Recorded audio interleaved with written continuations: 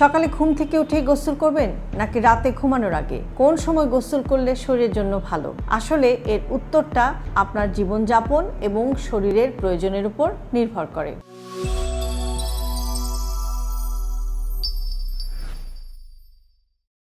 সকালে গোসল করলে আপনি কি কি উপকার পেতে পারেন? সকালে গোসল করলে ঘুম ঘুম ভাবটা কমে সতেজ অনুভূতি হতে পারে।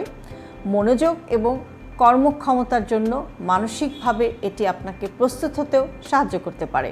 রাতে ঘাম হলে শরীর পরিষ্কার হয়, বিশেষ করে গরম এবং আর্দ্র আবহাওয়ায় সকালে গোসল বেশ আরামদায়ক। অন্যদিকে রাতে গোসল করলে আপনি কি কি উপকার পেতে পারেন? দিনভর বাইরে থাকা ঘাম, ধুলাবালি এবং দূষণের পর রাতে গোসল করলে শরীর পরিষ্কার হয়। এছাড়া হালকা গরম পানিতে গোসল অনেকের ক্ষেত্রে শরীরকে একটা আরামদায়ক অনুভূতি দিতে পারে এবং ঘুমের আগে শরীর আর মনকে রিল্যাক্স করতে বা শিথিল করতে এটা সাহায্য করতে পারে। তাহলে কোনটি বেছে নেবেন?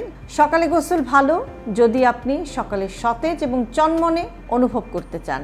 অন্যদিকে রাতে গোসল ভালো যদি সারাদিনের ঘাম এবং ময়লা পরিষ্কার করে আরাম নিয়ে ঘুমাতে চান। চাইলে সকাল এবং রাত দুই সময়েও আপনি গোসল করতে পারেন, তবে অতিরিক্ত গরম পানি বা খুব ঘন ঘন গোসল করলে আপনার ত্বক শুষ্ক হয়ে যেতে পারে। গোসলের সময় একটি ভুল করবেন না, খুব গরম পানি দিয়ে দীর্ঘক্ষণ গোসল করবেন না।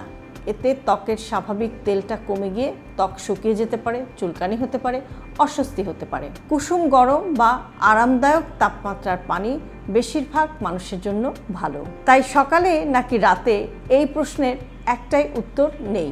যে সময় গোসল করলে আপনি পরিষ্কার, সতেজ এবং আরামদায়ক বোধ করেন সেটি আপনার জন্য ভালো সময়। তবে গরমের দিনে ঘাম এবং ধুলাবালি বেশি হলে শরীর পরিষ্কার রাখা আরও গুরুত্বপূর্ণ। মনে রাখবেন, সুস্থ থাকার জন্য গোসলের সময়ের চেয়ে নিয়মিত পরিষ্কার পরিচ্ছন্নতা এবং ত্বকের যত্নটা বেশি গুরুত্বপূর্ণ। আপনি কখন গোসল করতে বেশি পছন্দ করেন? সকালে, রাতে নাকি দুবারই? কমেন্টে জানান। আর ভিডিওটি বেশি বেশি শেয়ার করুন, কারণ আমরা দেখি আমাদের মধ্যে সকালের মানুষ বেশি নাকি রাতের মানুষ বেশি।